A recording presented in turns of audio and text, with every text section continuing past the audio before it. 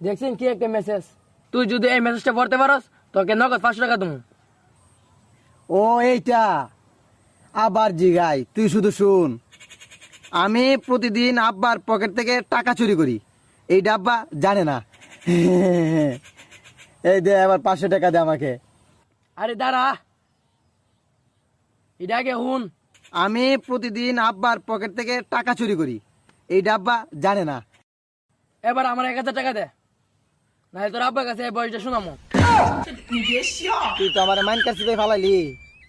আচ্ছা যা, এখন তো আর টাকা নাই, রাতে টাকাটা নিস। দেখছ বন্ধু, ও কামটা করছে কি কি একটা মাইন্ড কাছে ফালাইছে।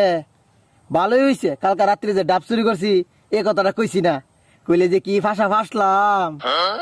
ধরুন পয়সা গেছিন গা, আগে এটা শুনুন। ভালোই হইছে, কালকা রাত্রি যে ডাব চুরি করছি এই কথাটা কইছি না, কইলে যে কি ফাঁসা ফাঁসলাম। এখন আমার 1000 টাকা দে, নাইলে ডাবসুরি লিঙ্ক বের করে দেবো।